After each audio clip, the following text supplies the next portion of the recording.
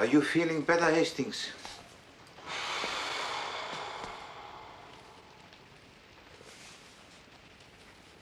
Yes.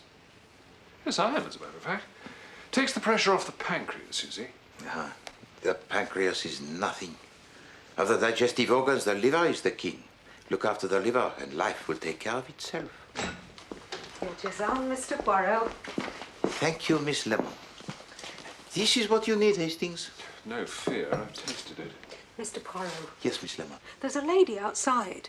A client? I don't know. When I say outside, I mean outside in the street. I've been watching her from my window. She keeps on backwards and forwards, then stops and looks up at the building. I'm sure she wants to come in. Go and intercept her, Miss Lemon. Inform her that Hercule Poirot is not devouring the strange ladies this season. Mr. Poirot.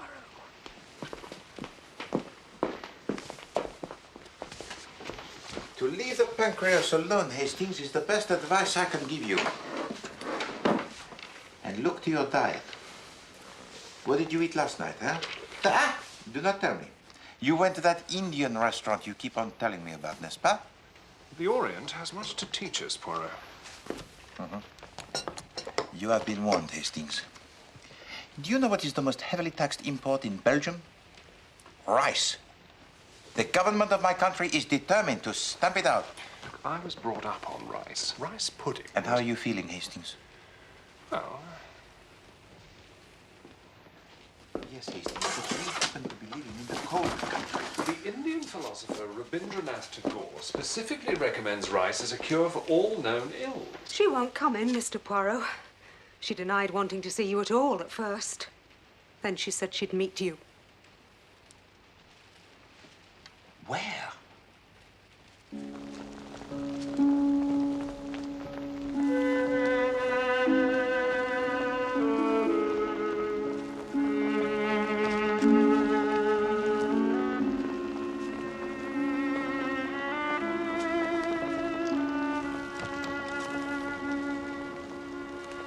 Don't be nervous, madame. You are among friends. I may be wickedly wronging poor Edward, though. It's a terrible thought for a wife to have. I've got this dreadful idea. You suspect your husband of? Oh, Monsieur Poirot, I'm dreadfully afraid I'm being poisoned.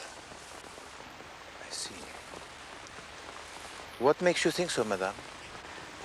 I'm sick after nearly every meal, and I get this burning pain all down here. The doctor says it's gastritis, but it's very odd. Whenever Edward's away for the weekend, I'm quite all right again. Even Frida noticed that. Frida? My niece. And then there's that tin of weed killer. The gardener says he's never used it, but it's half empty. You and your husband reside where, madame? Polgarwith. It's in Cornwall. Do you have any children? No. But a niece, I think you said, yes? Yes, Frida Stanton. My husband's only sister's child. She's lived with us for the last 8 years. That is, until a week ago. And what happened a week ago? I don't know. One day last week, she just flared up and walked out. She's taken rooms of her own in the town. Leave her to come to her senses, so Mr. Radnor says. Mr. Radnor? Oh, he's just a friend. A very pleasant young fellow. Anything, between him and your niece? Nothing. Absolutely nothing. Madame, we must be brutal. Do you know of any reason why your husband should wish you out of the way? Yes, I do. There's a yellow-haired hussy that works for him. My husband's a dentist, Mr. Poirot, and nothing would do, but he must have a smart girl, as he put it, to make his appointments and mix his fillings for him. Go on, madame. Well, there's talk round the town. I mean, her with her bobbed hair and a white overall. Of course, he swears it's all right. But then he would, wouldn't he? It makes me cold talking like this. Alors, let us then be practical. You return to Polgarwith today, yes? Yes, there's a train at 5. Eh bien, tomorrow, Captain Hastings and I will follow you there. I don't want there to be any talk. Courage, madame. We will be discretion itself.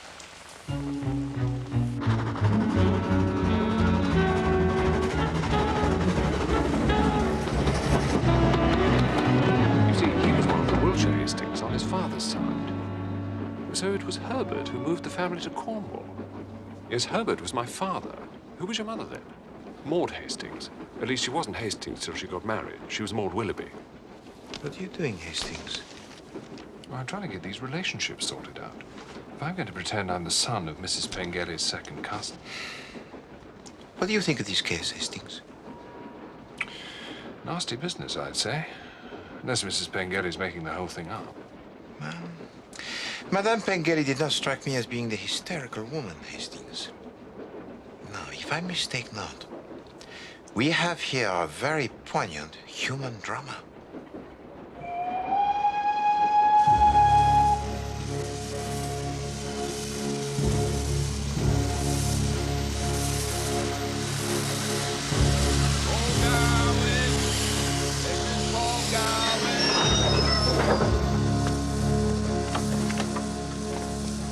You see, it's very simple, Hastings. Ordinarily, a woman will accuse anyone in the world except her husband. She will stick to her belief in him through thick and thin. Well, this other woman complicates matters. But you mean affection may turn to hate under the stimulus of jealousy? Exactly. Why then come to me? To have our suspicions proved wrong, or to have them proved right?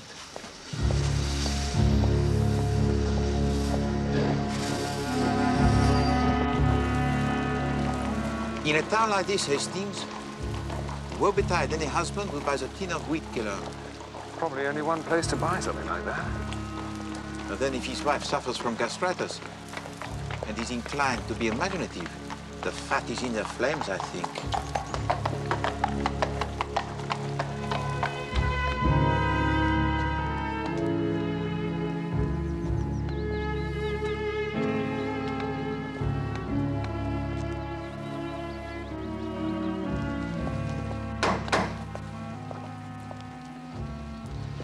If Monsieur Pengelly chooses for dalliance his receptionist, Hastings, he chooses unwisely.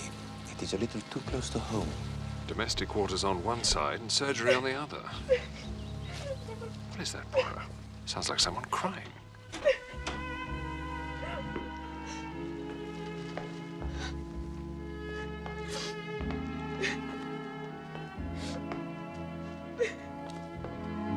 In here, Hastings.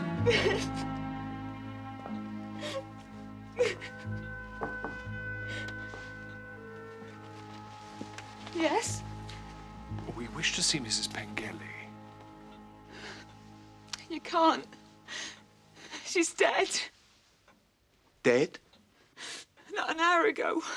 Upstairs, cold. Of what did she die? Are you foreign? Belgian. The whole world's gone mad today. What happened? It's not my place to say anything, and I'm not going to. But everybody knows. Indeed? Didn't I see the master with my own eyes, standing just near the shelf with a weed killer this very evening? And didn't he jump when he turned round and saw me a-watching of him? And the Mrs. Gruel there on the table, ready. Not a bite more food passes my lips while I'm in this house. Not if I dies for it. Jessie? Jessie? Oh, my God, it's him. You'll have to go. Jessie? Where does the doctor who attended your mistress live? Dr. Adams, at the other end of the high street. Who is it, Jessie? It's nobody, sir. It's just some men. I'm very sorry to hear of your tragic loss, Monsieur Pengelly. Thank you. We'll come back some other time. Yes. Thank you.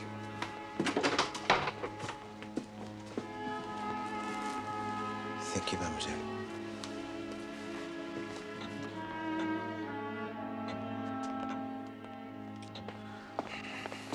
We should have come with her yesterday, Hastings. An imbecile, a criminal imbecile. That's what I have been. Oh, I boast about my little grey cells, and now I have lost a human life. A life that came to me to be saved.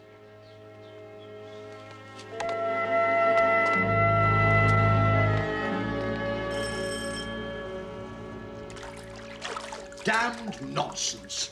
Damned nonsense, every word of it. Was I or was I not in attendance in this case? Indeed. Did I or did I not say the first day I went to see Mrs. Pengelly, gastritis? Yes? Did I ever waver from that diagnosis? No, I did not. But this is undoubtedly... This town is a hotbed of gossip. A lot of scandal-mongering old women get together and invent God knows what. But the fact remains... They Monsieur read these scurrilous rags of newspapers and nothing will suit them better but that someone from their town should be poisoned too. But Madame Pengelly... Why should anyone want to poison her? Dr. Adams, will you please listen to me? Why? I'm telling you. It was yesterday that Madame Pengelly came to London in order to consult me. She believed she was being poisoned. Never. Ah, Hastings, do you hear that? Now I am a liar, huh? Dr. Adams, please, allow me. Madame Pengelly believed that her husband was the poisoner. Rubbish. I know Edward Pengelly. Wouldn't poison his grandmother's dog. But it is not the dog of Madame Pengelly's grandmother that is being poisoned.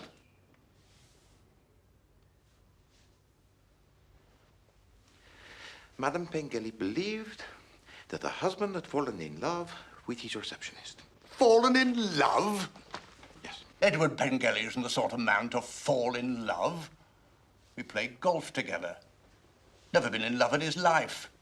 Damn fine dentist, too. I'll be blunt with you, Mr. Poirot. We in Polgarwith don't need you outsiders coming in spreading your tittle-tattle. All I am trying to tell you, Monsieur le Docteur, is what Madame Pengelly thought. Well, if she thought that, she must have gone mad. She should have come to see me. I'd have told her. And had all her fears ridiculed? Ridiculed? Certainly not. I've got an open mind, I hope.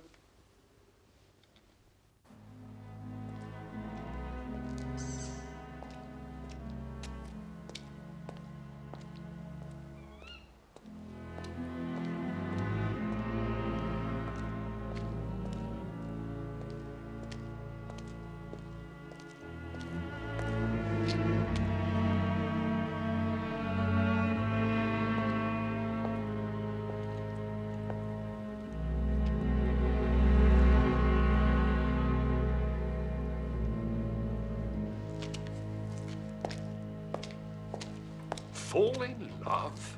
Edward Pengelly is not the sort of man to fall in love. He is as obstinate as a pig, that one. He says it is gastritis, therefore it is gastritis. Did I waver from that diagnosis? Never. A doctor who lacks doubt is not a doctor. He's an executioner. Poor Madame Pengelly, surrounded by such closed minds. We owe it to her, Hastings, to unmask her murderer.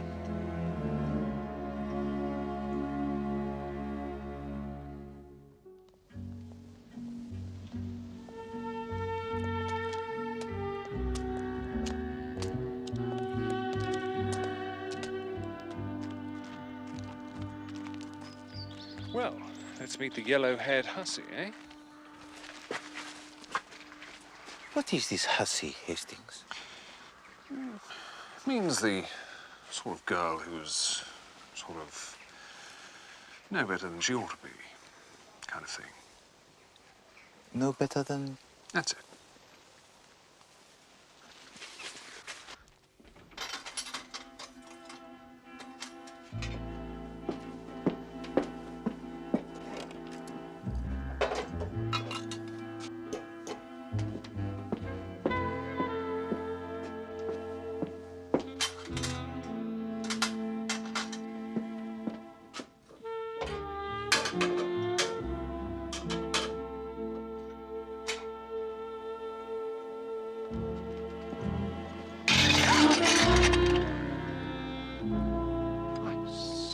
Oh, I'm sorry. Yes, sir. Oh, right. Look, I'm the second cousin of, no. Good morning. Look here, I've got a toothache. Ow, it There's really... been a bereavement. Mr. Pengelly isn't in the surgery today. Ah, right. Well, I'd better come back some other time, shall I? It is all right. I will look after him. Come along, Hastings. What? Oh, right. I'll come back next week then.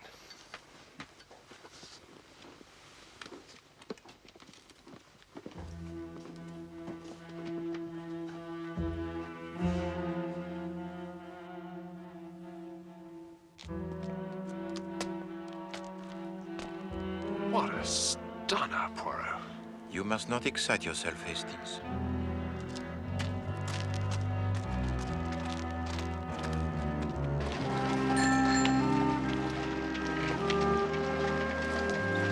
Good morning.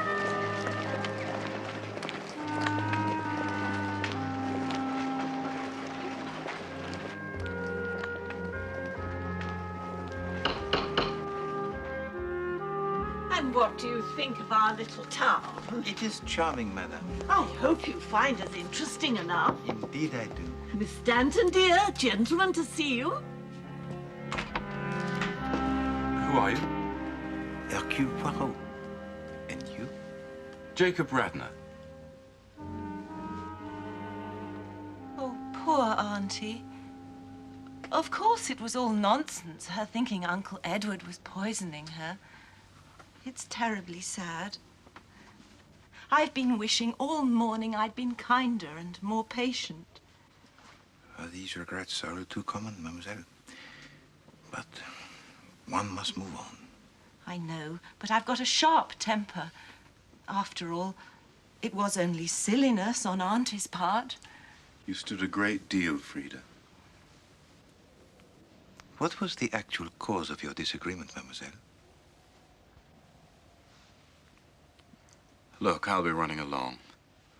I'll see you this evening, eh? Goodbye, gentlemen.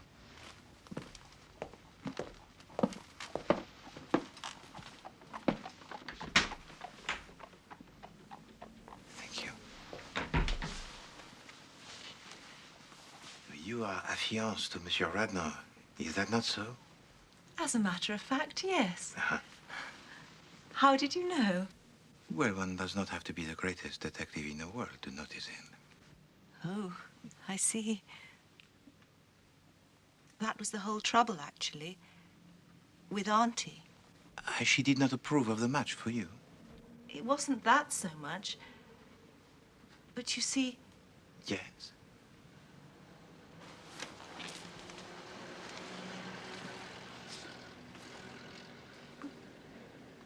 it seems rather a horrid thing to say about her now. Now she's dead. But you'll never understand unless I tell you. Well, Auntie was... She was absolutely infatuated with Jacob. Jacob? Jacob Radnor, you mean? Yes. Yes, I know. I mean, she was over 50, and he's not 30 yet. But there it was. She was silly about him. Well, I can see it would have made things dash difficult. Well, I just had to tell her in the end. I had to say, it was me Jacob was after. She carried on most dreadfully. She wouldn't believe a word of it, and was so rude and insulting, I lost my temper, I'm afraid. I wish I hadn't. And so you left? Yes. So I should jolly well think. Why, thank you very much, Miss Stanton. You've been most helpful. I hope I've put your mind at rest, that's all. Indeed. Mind at rest, Hastings. I thought it all seemed quite, you know. You know? Well, I'm surprised she had gastritis. Come on. Well, she's going to run around after chaps half her age. Mr. Poirot? Ah, hello again, Monsieur Radnor. I wonder if I might have a word with you. I can pretty well guess what Frida has been telling you. Indeed. It was all really unfortunate. At first, I was quite pleased. I imagined the old woman was helping things along with Frida. And then it turned out, well, the whole thing was absurd and extremely unpleasant. This is my little place. Oh, is this your shop? It's not bad, is it? After you, gentlemen. Thank you.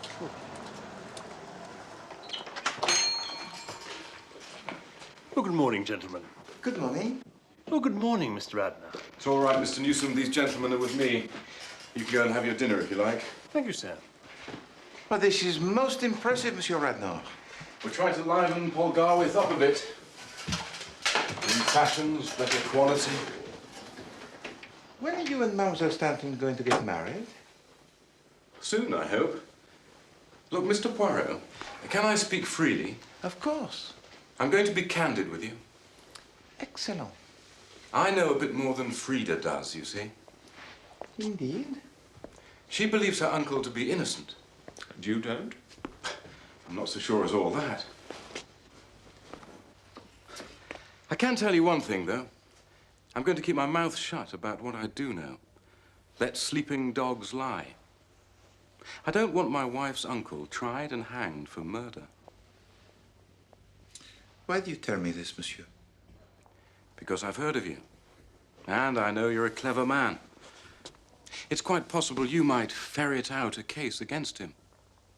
But I put it to you. What good is that? The poor woman is past help, isn't she? And she'd be the last person to want a scandal. You are probably right. So you want me to hush it up? Well, I admit I'm being selfish about it. I'm building up a good little business here. You don't know what these small towns are like. Most of us are selfish, Monsieur Radnor. Not all of us admit it so freely. Yes, I will do what you ask, but I tell you frankly, you will not succeed in hushing it up. Why not? Vox populi, Monsieur Radnor, that is why. The voice of the people.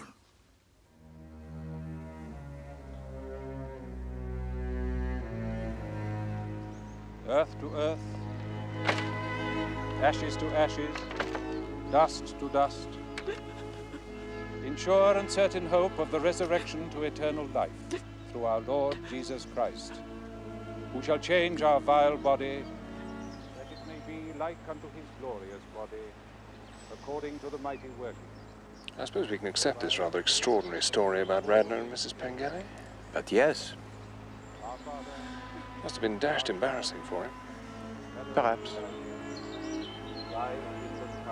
Or perhaps he found it a little flattering, huh? Flattering? She was old enough to be his mother. Well, almost. And we forgive them that trespass against us. And lead us not into temptation. Deliver us from evil.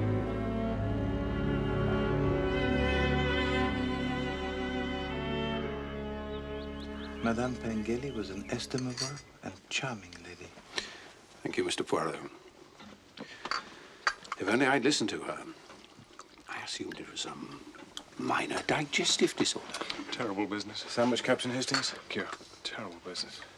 Gastritis. Gastritis, pure and simple. If you don't mind, Mr. Pengelly, I'd like to read the will.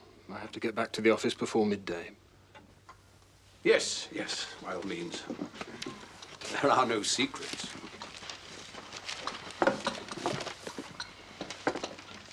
It's quite straightforward, really. After the usual preamble, Mrs. Pengelly leaves £2,000 in trust for her niece, Miss Frida Stanton, until she's 40. The residue of her estate, which amounts to some £20,000 in government bonds, she leaves to her husband, Edward Pengelly.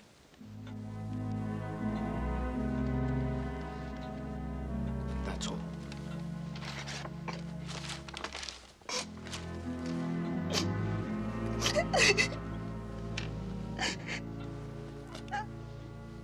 If you'll excuse us. Thank you. I think I should take her home.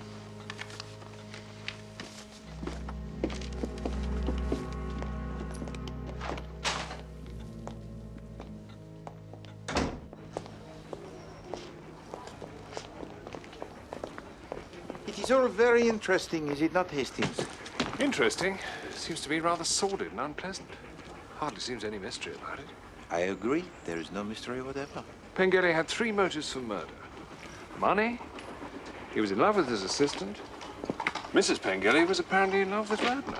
Well, I must say I find that pretty hard to believe. Ah, Hastings, you admire les femmes. You prostrate yourself before all who are good-looking. Look how you are struck all of a pile by that yellow-haired hussy. Quite untrue. But psychologically, you know nothing whatever about them. Oh, well, there you are. You see, that just shows. Women are always saying I understand them rather too well. Really, Hastings? I should like to hear them say so myself. No, mon ami. You listen to Poirot, and you shall learn.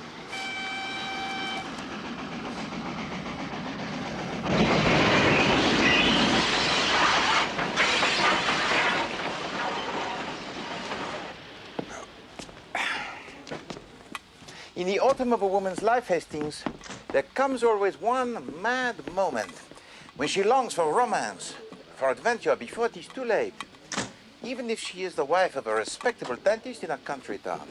And you think that... The clever man might take advantage of such a moment? Oh, I'd hardly call Pengelly so clever. He seems to have got the whole town talking. You know, Hastings, what I find curious is that the only two men who know anything about the case, they both want to hush it up. What, Radner and the doctor, you mean? I don't see what that's got to do with it. Well, before your bank holiday in August, Hastings, we shall see Monsieur Pengelly in the dock. Good thing, too. And it will be our job to save him from the gallows.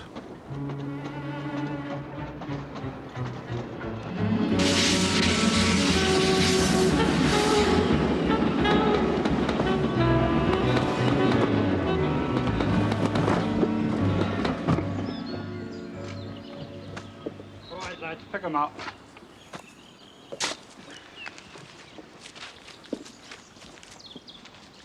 Ready? 1, 2, 3, E. 1, 2, 3, E. 1, 2, 3, E. 1, 2, 3, E.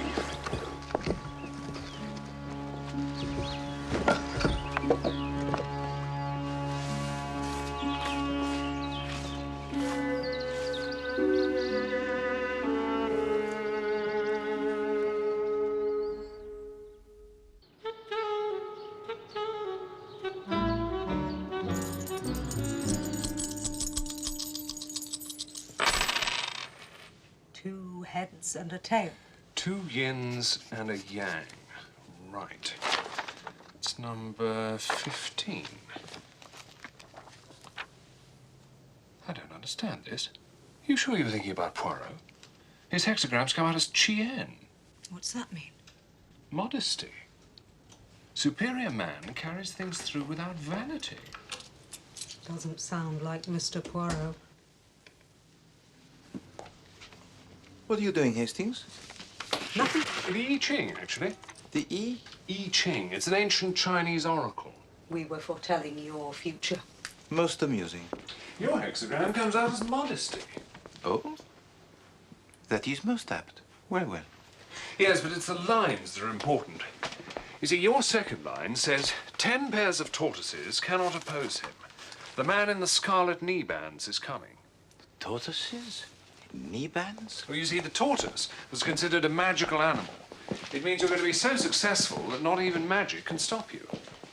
Hastings, I have had enough of this nonsense. I can foretell the future better than any Chinese oracle, as you will see if you look in this newspaper. Herr Hitler's speech, full text? Further down the page. A Cornish Mystery. Mrs. Pengelly exhumed. How long did I say, Hastings? Say? I said, did I not, that we should see Monsieur Pengelly in the dock. Before August Bank Holiday. And when is the August Bank Holiday, Hastings? 2 weeks on Monday. Précisément.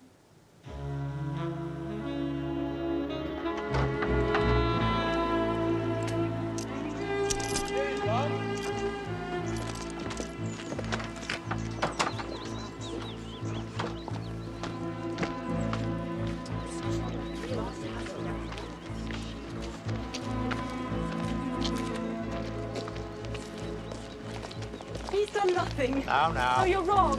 People tell lies. They tell terrible lies. He's innocent, I tell you. He's innocent.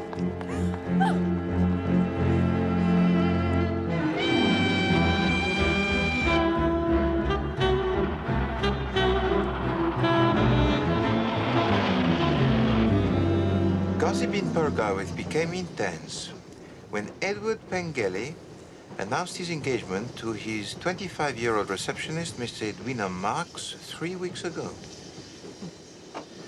What did I tell you, Hastings? The voice of the people. Hastings? Have you finished your meditation? Hastings?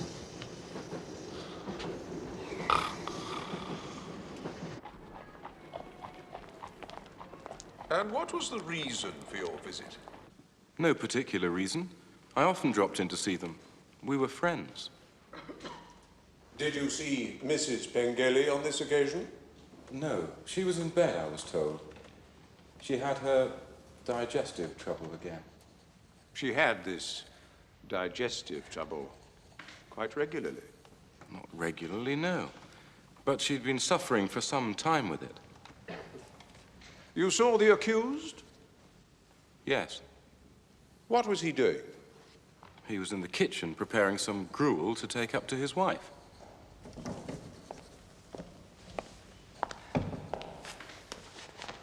Now, what I want you to tell the court is exactly what met your eyes when you went through that door into the kitchen.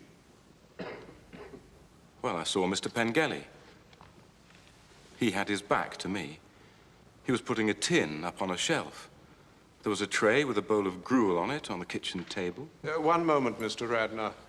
This tin that Mr. Pengelly was replacing, can you tell us what was in it? No. Can you describe it to us? It was a bit bigger than a cocoa tin. It was yellow with black printing on it, or perhaps dark blue. Could we see Exhibit D, please?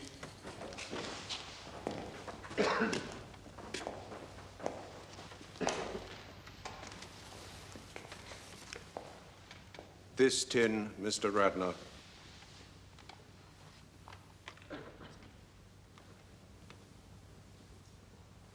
Yes.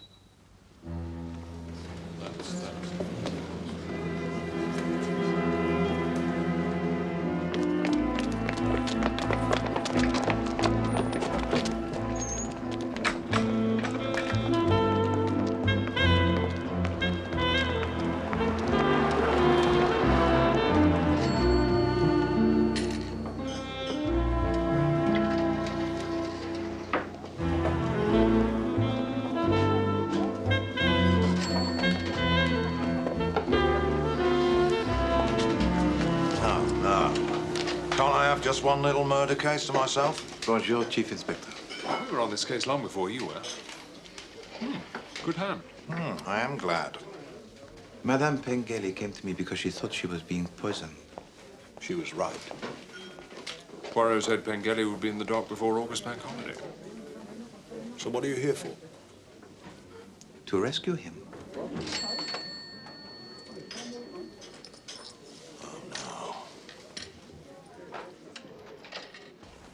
He had the means to do it, the weed killer. He had the opportunity to do it. He lived in the same house and prepared some of her meals. He had the motive to do it. The yellow-haired hussy who has to be no better than she ought, huh? And yet, Inspector, he did not do it. I can name 6 people who had the motive to kill Madame Pengelly. What about Mademoiselle Stanton, for instance? She inherits under her aunt's will. Don't spoil it, Poirot. This is a little holiday for me. It's an open and shut case. Everyone knows Pengelly did it. Everyone does not use the grey cells, I think. Do you think I should talk to the niece again?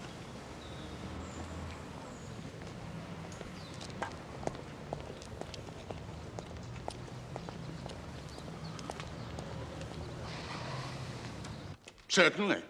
The symptoms of gastritis are identical to the symptoms of arsenic poisoning. That is not what the pathologist from the Home Office said, Dr. Adams.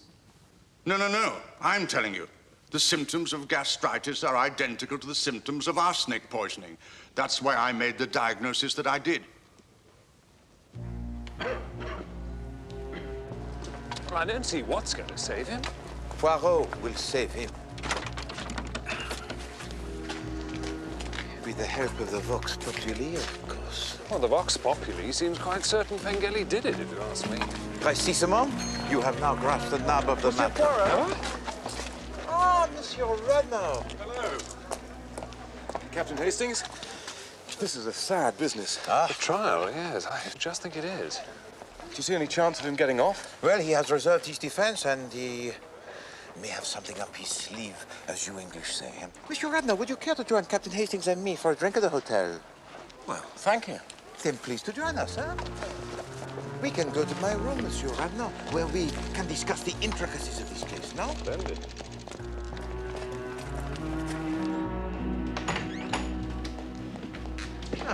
Please, sit down, Monsieur Radnor. Thank you. Hastings, be so kind as to offer our friends something to drink. Sherry? Please. Business is good, Mr. Radnor. Excellent, thank you, yes. I've taken over the shop next door to add to mine. Eh bien, it is Jacob, n'est-ce pas? I'm sorry? Jacob Radnor? Yes. Jacob Radnor.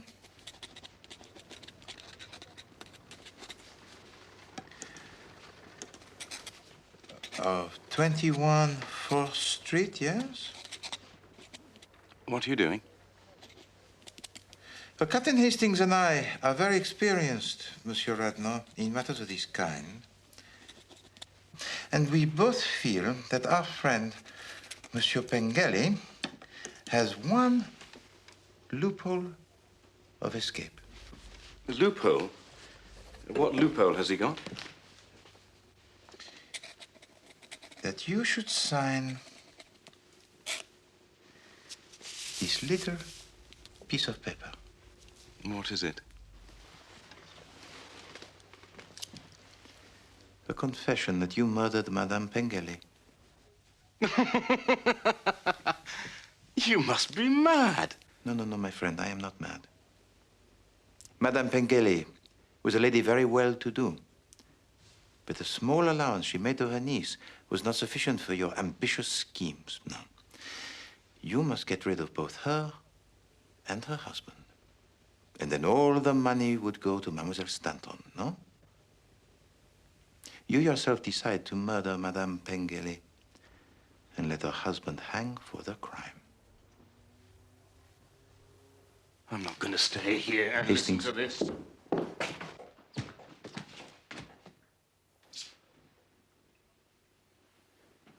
You've got no right to keep me here.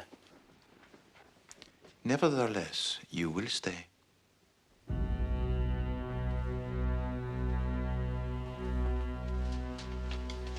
You set about your task very cleverly, Monsieur Radnor. You made love to that plain, middle-aged woman. You implanted into her mind doubts about the fidelity of her husband. You introduced arsenic into her food, being very careful never to do so while her husband was away. You were in the house while her husband was preparing the gruel for his wife, and you introduced the fatal dose. The rest is easy. Very interesting. Very ingenious. But why do you tell me this? Because, Monsieur Radnor, I represent... No, not the law. I represent... Madame Pengelly.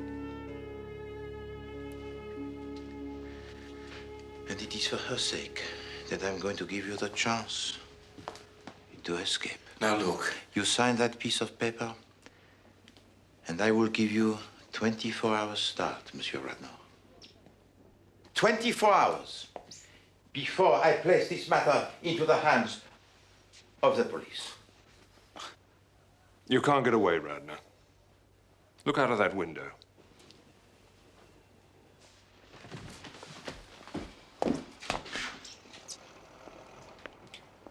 Those two men have orders not to lose sight of you.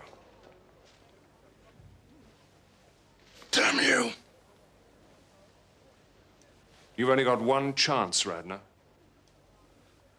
What guarantee have I got? None. But you will surely hang if you do not sign.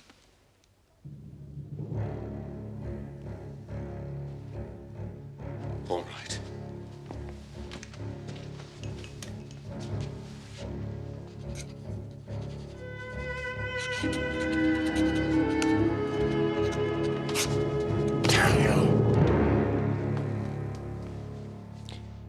Shall I give them the signal, Poirot, to let him pass? Certainement.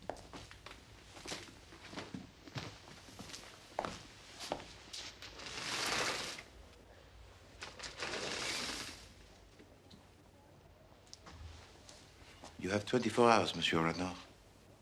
I'll get back at you, Poirot. One day. I think not, my friend. In 2 days, you will be in the prison cell.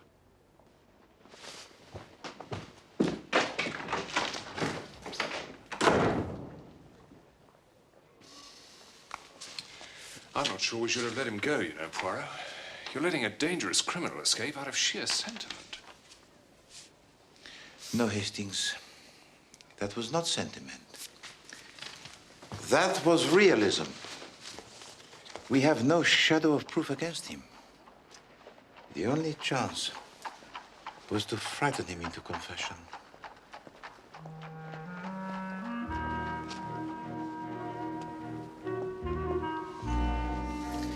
Hastings, those two men of yours, who are they? I haven't the foggiest idea. I just noticed them standing there when we came in. But that is sheer brilliance. Oh. Well. Your peculiar Oriental practices, which I tease you about, are obviously working wonders on your grass cells. Maybe it's the rice. I hope not, Hastings.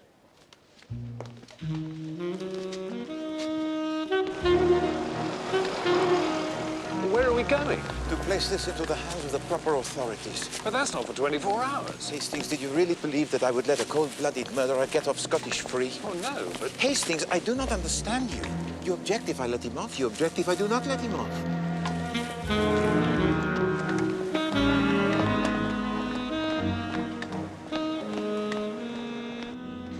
That very day I see it, sir. I see his hand hovering over the Mrs. Gruel, sir. Whose hand? Well, his, sir. The master's, sir. And was there something in that hand, Miss Dawlish? Yes, sir. There was, sir. Weed killer, sir.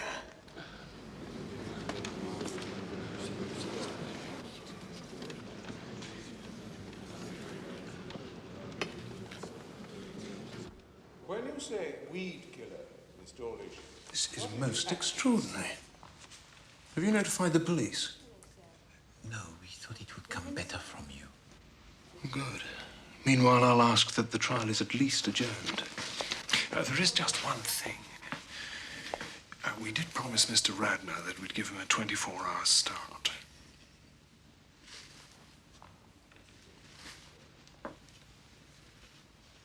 My lord, I put it to the court that not only did Mrs. Pengelly have absolute but I can now...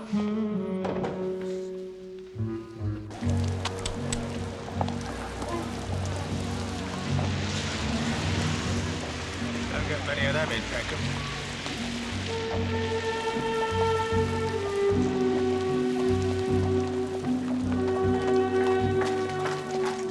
If Edward Pengelly had really murdered his wife, Hastings, guilt would have made him sensitive to what people would say if he announced his engagement to Mademoiselle Marx. No, Hastings. The guilty person would have waited and quietly slipped out of Cornwall forever before doing such a thing. But there's Jab. You making yourself? I don't know what you're going to tell him. Nothing at all, Hastings. I hate to be the bearer of bad news. He will learn soon enough that his open and shut case has the broken hinges. Hey, Poirot, come and try one of these. My dear Jab. Poirot, Hastings. Showing off Miss Lees when I get back to London. You still poking about in my murder? Ah, no, Chief Inspector. Captain Hastings and I are retiring from the field. foe. Why? Well, sometimes it is braver to admit defeat than to battle on with no hope of success against the superior forces. Oh, yes. So Pengale's going to swing in spite of all your efforts. If we are to catch the next train, we must tear ourselves away. Captain Hastings is going to treat me to dinner at the most excellent restaurant he has discovered, which serves the Indian food. It is to this food that Captain Hastings attributes the improvement to his Greycells. Indian? What, these hot curries and things? Yes. Rather you than me, Poirot. Right. Au revoir, Inspector.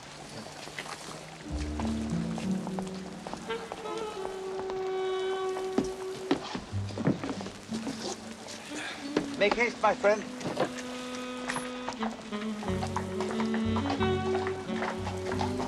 I do not wish to be visible when Inspector Japp discovers he has to chase after Monsieur Radnor. Too late. Sir, the inspector says, can you come, please, sir? The trial's been adjourned. Adjourned? What for? Mr. Radnor's confessed, sir. Confessed? To the murder. He confessed to that French gent. In writing. Poirot!